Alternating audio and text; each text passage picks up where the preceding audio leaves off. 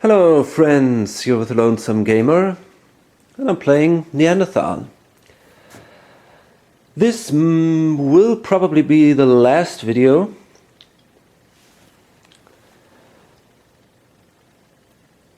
The Neanderthal itself is really doing well. He is the only one who's tribal yet, which gives him the opportunity to gain domestic animals or inventions. You can't do that if you're not tribal. And that gives you the option to gain more victory points. In addition, he has a few husbands, some daughters, and well, I would say, good amount of hunters. Not too many, not too little. He could have a few more maybe. Cro-Magnon, well, he's okay, but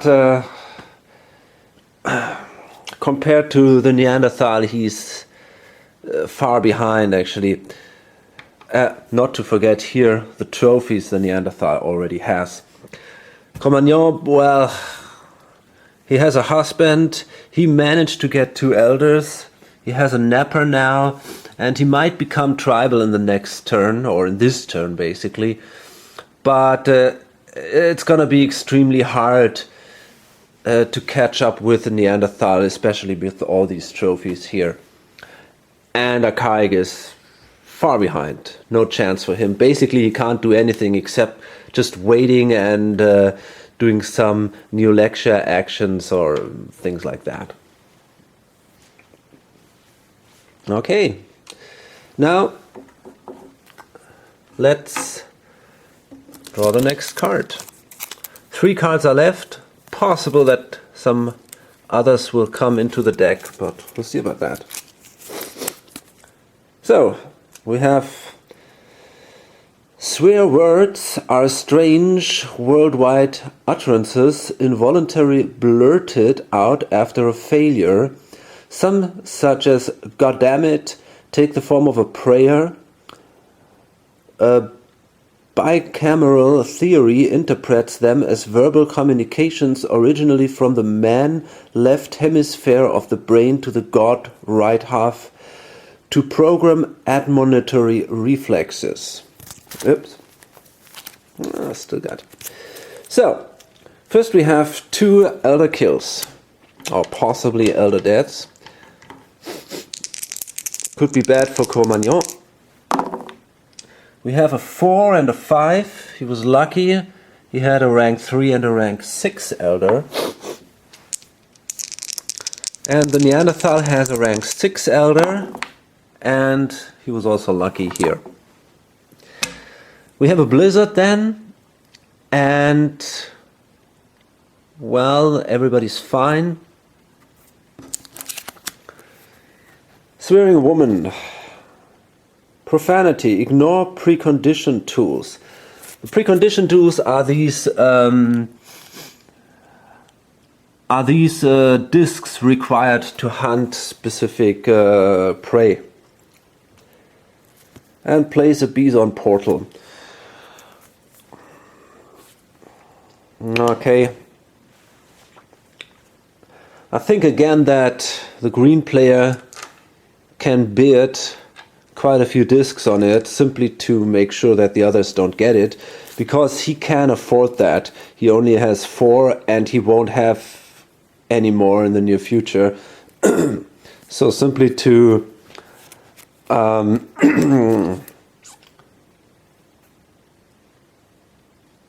yeah, to prevent the other from getting even more points, he can bid basically whatever he wants. So the Archaic indeed gets her for $2. And now we assign our hunters. Okay, now the tribal Neanderthal. He can do cost-free elder promotions. That's really great for him now. And well, first of all, I think he's gonna take this war chief because that will allow him again to do cost-free elder actions, which is another big advantage. And then,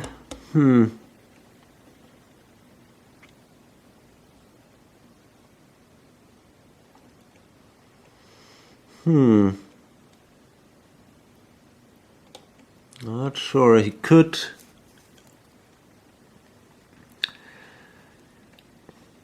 take a napper or a shaman. Shaman would allow him to domesticate animals. A napper would allow him to build tools. Right now we have only the steppe bison here. The caribou is already hunted by the red player. And we need quadruples to make a successful domestication rule here. That's pretty unlikely. On the other hand, I mean, we have quite a few guys here. We might go for it.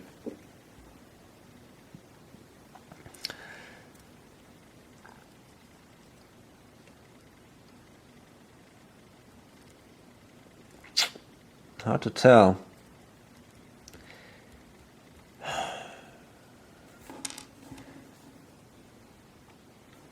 One, two, three, four, five, six, seven. I don't know.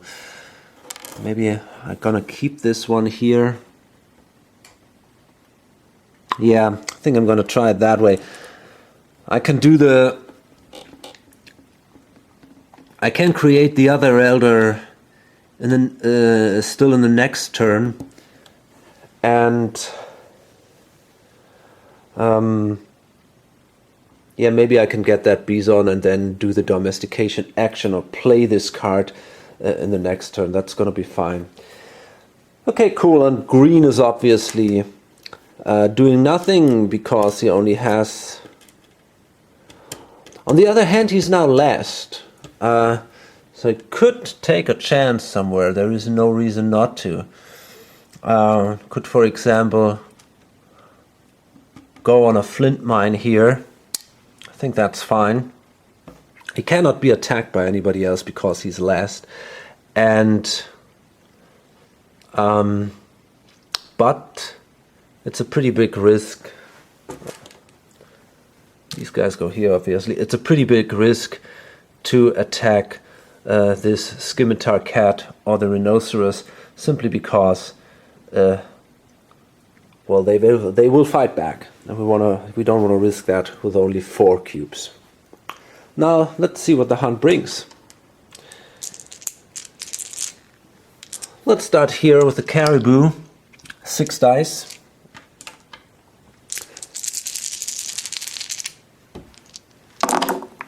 That was good, but not good enough. No, it wasn't that great. No success. We would need twice a 1. We only have a single 1 here. So that's kind of sad. I could have used the napper and sent him with the hunters. That would have been good enough then, because that would be an automatic success. But I've sent the napper here to the Scheherazade to get an automatic oh damn it, and that was a mistake actually. I thought that would have been an automatic success, but that's not true, because only a warrior is an automatic success. Damn. So that was pretty stupid, but that happens. Now I'm gonna try this one here, the courtship roll. Oh shit, and I also messed that up. So it was a complete failure. Oh, that was stupid. Now we see here the bison, 1, 2, 3, 4, 5, 6, 7. And we have an automatic success yet. Do we? Wait a second. No, actually we don't. Nope. We don't, because we don't have that napper elder.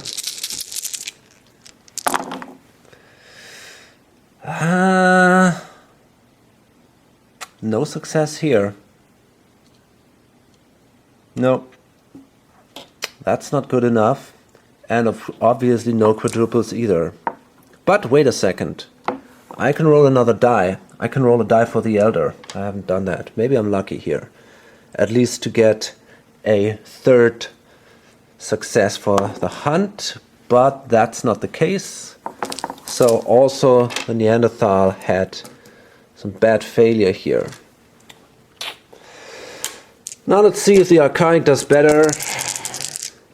In the flint mine. No way. What a bad roll. Okay.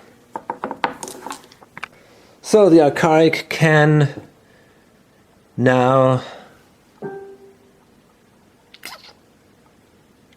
Wait a second.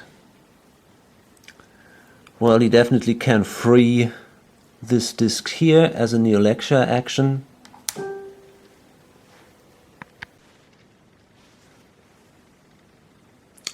And here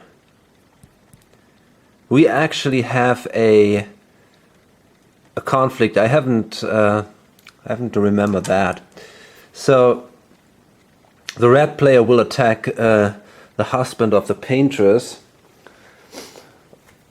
So, but the husband goes first, and because he's a jealous husband, he has a 1 or 2, and no success here.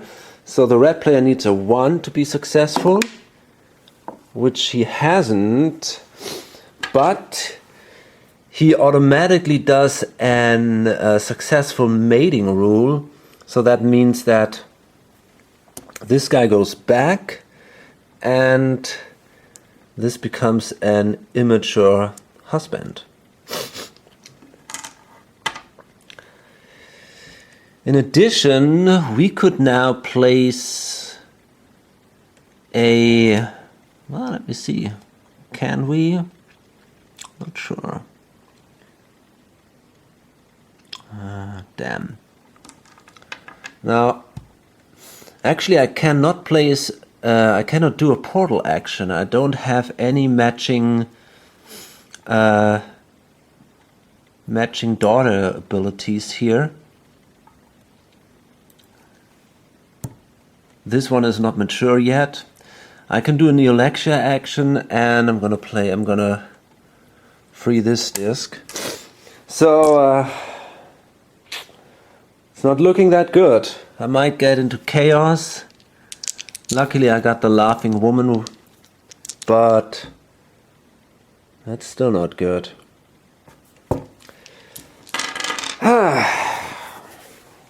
Bad luck. And finally we have here, let me see, we can do an elder action. Not possible. Okay, next card. Pretty bad turn for everyone. So, oh great. So first of all, we see one more turn, which is nice. And the oldest known shoes had deerskin insteps, bearskin soles, and lacked chamois cow linden bark uppers. Dried tree bark was stuffed inside for warmth. So we have climate cooling. And let's see. So that means that this one goes down. Here we have an ice sheet now.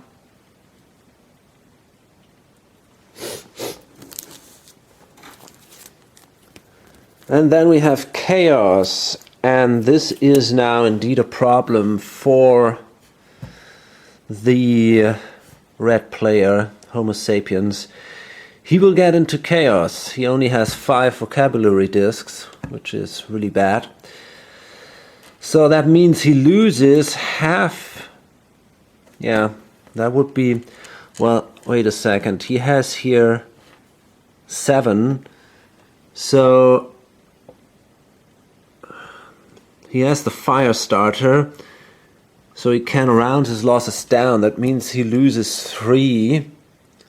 That's even better than using the laughing woman's ability. And luckily no elder dies because of the fire starter elder. Still, that was pretty bad. And then we can check for we can do the blizzard here. And now this is the next problem, because he only has 4 hunters. He can sustain these 2 elders, but I'm afraid that this fashion woman will probably die. That's a pretty big problem.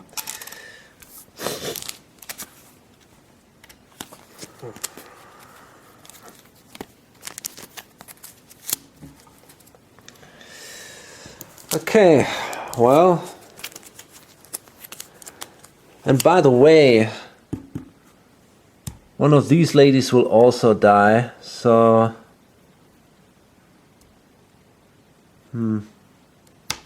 let's kill the Weather Whisperer. Doesn't really matter who it is.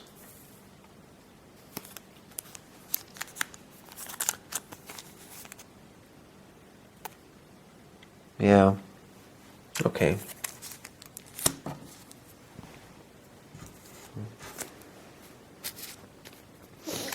So here we have the cobbler woman now. Your hunters are frostbite immune, winter shoes, and you can place a white shaman portal here, which is cool. So Homo sapiens took a risk. He placed his red hunters here on the caribou, trying to regain his population, but then the Neanderthal assigned 2 hunters, so he has now a warrior elder and a napper. That means he has now a war party attacking the Homo sapiens, and then he can try to hunt the caribou, maybe even make a domestication attempt. So Homo sapiens is in some real trouble now. The archaic man tries to, well, basically that's completely useless. There's no reason to go into the flint mine actually, but no, there isn't, because he doesn't have a black disc anywhere. So, let's see. We start with the attack of the yellow player. That is 1, 2, 3, 4, 5, 6, 7 dice. And because he has a warrior, a 1 or 2 will be a success. That is pretty painful now. So we got 2 hits against the red player. That's horrible. That's basically also the end of the game for this guy. Now he has 2 dice. A 1 is a success. Well, at least something.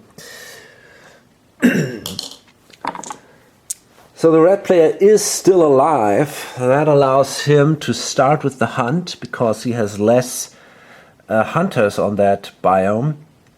So you can roll 2 dice. He has a napper, so he actually can only roll 1 die. If he rolls a 1, and that's probably his last chance to stay in the game, he would win the hunt, but he needs a 1 now. If he doesn't have that, yeah, that's basically it. And he doesn't. Okay, so he's down to 2 cubes, or to two hunters. And now we see the Neanderthal with 5 dice.